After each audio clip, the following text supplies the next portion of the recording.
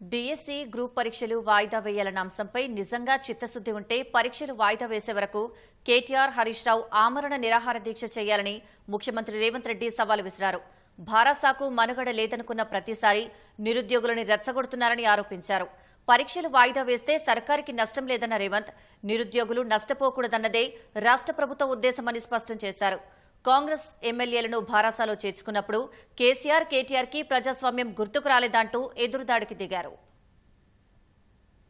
నిజంగా చిత్తశుద్ది ఉంటే మాజీ మంత్రులు హరీష్ రావు, కేటీఆర్ పరీక్షలు వాయిదా పడే వరకు ఆమరణ నిరాహార దీక్ష చెయ్యాలని ముఖ్యమంత్రి రేవంత్ రెడ్డి సవాల్ విసిరారు. పరీక్షలు వాయిదా వెయ్యాలని అమాయక విద్యార్థులు, నిరుద్యోగుల్ని రెచ్చగొట్టడం సరికాదని మహబూబ్ నగర్లో కాంగ్రెస్ కార్యకర్తల సమావేశంలో స్పష్టం చేశారు. పరీక్షలు వాయిదా వేస్తే ప్రభుత్వానికి నష్టం లేదని, నిరుద్యోగులు నష్టపోవద్దనేదే సర్కారు ఆలోచనగా చెప్పారు. ఎప్పుడు పార్టీ బలహీనపడితే అప్పుడు కేసీఆర్ విద్యార్థుల్ని ముందుకు తీసుకొస్తారని, విద్యార్థుల శవాలతో రాజకీయ లబ్ధి పొందాలని చూస్తున్నారని రేవంత్ ధ్వజమెత్తారు. ఎప్పుడు కేసీఆర్ బలహీన పడతాడో, ఎప్పుడు కేసీఆర్ పతనం అవుతాడో విద్యార్థులను రెచ్చగొట్టి వాళ్ళని సావగొట్టి వాళ్ళ శవాల మీద పార్టీని బతికించుకోవాలని ఈ సన్నాసోడు విద్యార్థుల శవాల కోసం ప్రయత్నం చేస్తున్నాడు. నేను సూటిగా సవాల్ విసురుతున్న హరీష్ రావుకు, కేటీఆర్ కు, సన్నాసులారా మీరు దీక్ష కూర్చోండి, మీరు సావనైన సావాలి, వాయిదా అయిన పడాలి. ధైర్యం ఉందా? రాండి ఉస్మానియా యూనివర్సిటీకి వచ్చి ఆర్ట్స్ కాలేజ్ ముందల బామార్దుల ఆమరణ నిరాహార దీక్ష కూర్చోండి. గ్రూప్ 1 పరీక్షలు, గ్రూప్ 2 పరీక్షలు, గ్రూప్ 3 పరీక్షలు, డిఎస్సి పరీక్షలు వాయిదానన్న పడ, లేకపోతే మీ ప్రాణాలన్న పోవాలి నినాదంతో మీరు ఆర్ట్స్ కాలేజ్ ముందల దీక్ష చేయండి. మేము కాపలా ఇస్తాం, మిమ్మల్ని ఎవ్వడు ఆపడు, సూతం ఎన్రోల్ చేస్తారు. మీ వాటిలో బలం ఉంటే ఈ తెలంగాణ కోసం సావు నోట్ల తలకాయ పెట్టినని సన్నాసి కేసీఆర్ చెప్పేది నిజమే అయితే ఇక ఆయన కంటే వయసు మీద పడ్డది లేవలేనోడు అసలే కాలు ఇరిగింది, ఆయనను వదిలేయండి. కానీ మీరిద్దరు బావబామర్దులు బిల్లా రంగాలు రాండి ఆర్ట్స్ కాలేజ్ ముందల. అది మాత్రం చెయ్యరు. మీరు మాత్రం సంతోషంగా ఉండాలా? పేదోళ్ళ పిల్లలు దీక్షలతోటి, ఆమరణ నిరాహార దీక్షలతోటి పేదోళ్ళ పిల్లల ప్రాణాలు బలి ఇవ్వడానికి ఇలా బావబామర్దులు ఇద్దరు కలిసి కుట్ర చేస్తారు. ఇవాళ అందుకే విద్యార్థులకి వేదిక మీద నుంచి నేను విజ్ఞప్తి చేస్తున్నా, వాళ్ళ పార్టీ బలహీన పడ్డప్పుడు, రాజకీయంగా వాళ్ళు సచ్చినప్పుడు విద్యార్థులను చంపి ఆ శవాల మీద పార్టీని నిర్మించుకోవాలని కుట్ర చేస్తున్నారు. ఇవాళ కొంతమంది విద్యార్థులను రెచ్చగొట్టి వాళ్ళ భావోద్వేగాలతో రాజకీయంగా లబ్ధి పొందాలని చూస్తారు. కోచింగ్ సెంటర్ల మాఫియా పరీక్షలు వాయిదా వేయించాలని చూస్తోందని సీఎం ఆరోపించారు.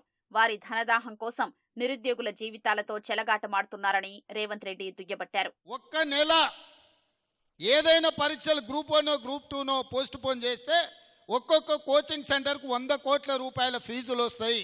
ఇవాళ కోచింగ్ సెంటర్ల మాఫియా కొంతమంది కిరాయి మనుషులను పెట్టి ఆ కిరాయి మనుషులతో రోడ్ల మీద ధర్నాలు చేసి పరీక్షలు పోస్ట్ పోన్ చేయమని అడుగుతున్నారు. ఇవాళ మాకు ప్రభుత్వానికి పోయేదేముంది? ఒకవేళ పరీక్షలు పోస్ట్ పోన్ చేస్తే విద్యార్థులకు నష్టం. కోచింగ్ సెంటర్లు 100 కోట్ల రూపాయలు కొలగొట్టడానికి కోచింగ్ సెంటర్లో ఇవాళ పరీక్షల్ని వాయిదా ఏమని అడుగుతారు. అన్ని పరీక్షలు 2022లో నోటిఫికేషన్ ఇచ్చినవే. ఆ సన్నాసి పరీక్షలు పెట్టలేదు. ఈ 2 ఏళ్ళు పిల్లలు చదువుతూనే ఉన్నారు, కోచింగ్ సెంటర్ల చుట్టూ తిరుగుతూనే ఉన్నారు. ఇప్పుడు కొత్తగా మళ్ళీ వాయిదా వేస్తే ఇవన్నీ కూడా కోచింగ్ సెంటర్లలో వాళ్ళ కోచింగ్ సెంటర్లు నడపనికే. నిరుద్యోగ యువకుల బలహీనతను వ్యాపారంగా మార్చుకోవాలని కొన్ని కోచింగ్ సెంటర్ల యజమానులు ఈ ఆర్టిఫిషియల్ ఉద్యమాలను ఇవాళ మన కళ్ళగట్టినట్టు చూపించాలనే ప్రయత్నం చేస్తారు. కేసీఆర్, కేటీఆర్ ఏదేదో మాట్లాడుతున్నారని, వారిలా దొంగ దెబ్బ తీయడం లేదని, ప్రజాస్వామ్యాన్ని ఖూనీ చెయ్యడం లేదంటూ సీఎం రేవంత్ రెడ్డి ఎదురుదాడికి దిగారు.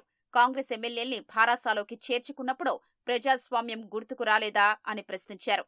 బీఆర్ఎస్ వాళ్ళు అంటున్నారు, అయ్యో ఇంత అన్యాయం ఉంటుందా, మేమేం ఇంటలేదు ఈ ప్రభుత్వం అని. 10 ఏళ్ళు మా కార్యకర్తల్ని కొట్టి చంపి కేసులు పెట్టి జైళ్లలో పెట్టినప్పుడు కేసీఆర్ ఎక్కడ పోయింది రాజనీతి, ఎక్కడ పోయింది ప్రజాస్వామ్యం? ఆనాడు మేము నీలాక దొంగ దెబ్బ తీస్తలేం, నీలాక అక్రమ కేసులు పెడతలేం, బాజాబ్తా ప్రజల చేత ఎన్నికై ఇక్కడికి వచ్చినాం.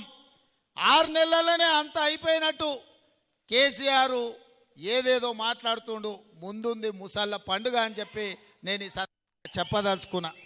ఆ ఎమ్మెల్యే పోయిండాను, ఈ ఎమ్మెల్సీ మారిండాను, కేసీఆర్ సన్నాయి నొక్కులు నొక్కుతున్నాడు. మరి ఇన్నాళ్ళు ఎక్కడ పోయినావు నాయన? మా ఎమ్మెల్యేలను గుంజుకున్నప్పుడు మా కార్యకర్తలు కష్టపడి గెలిపించి అసెంబ్లీకి పంపిస్తే అక్కడి నుంచి అక్కడనే గద్దలాక దండకపోయినప్పుడు ఈ దుఃఖం కనిపించలేదా? ఇవాళ ఎందుకు వచ్చింది? ఎన్నికైనా నెల తిరగక ముందే ఈ ప్రభుత్వాన్ని పడగొడతాం, ఈ ప్రభుత్వం పడిపోద్ది అని చెప్పి బీజేపీ వాళ్ళు బీఆర్ఎస్ వాళ్ళు ఒక్కటై కుమ్ముక్కై మన ప్రభుత్వాన్ని పడగొట్టాలని చూసిరు. ఈ ప్రభుత్వం ఉండనే ఉండదు, 3 నెలలు కూడా ఉండనీయమని చెప్పి బీజేపీ వాళ్ళు బీఆర్ఎస్ వాళ్ళు మాట్లాడలేదా? ఇవాళ అక్కడి నుంచి ఈ భూమి మీద బీఆర్ఎస్ఏ ఉండదు, పాతాళానికి పోయిందనే పరిస్థితి వచ్చింది. కాంగ్రెస్ పార్టీ కార్యకర్తలతో పెట్టుకుంటే నీ పార్టీకి పుట్టగతులు ఉండవని నేను ఆయల్లో చెప్పిన. మా కార్యకర్తలు ఉసురు తలిగింది కేసీఆర్ నీకు, వాళ్ళ ఉసురు తలిగి దుమ్ము కొట్టుకపోతావు. నీకు ఇంకా రాజకీయంగా మనుగడ లేదు. తన దాకా వస్తే కానీ తెలియదు అన్నట్టుగా ఇవాళ కేసీఆర్ దాకా వస్తే కానీ కేసీఆర్కు తెలుస్తలేదు.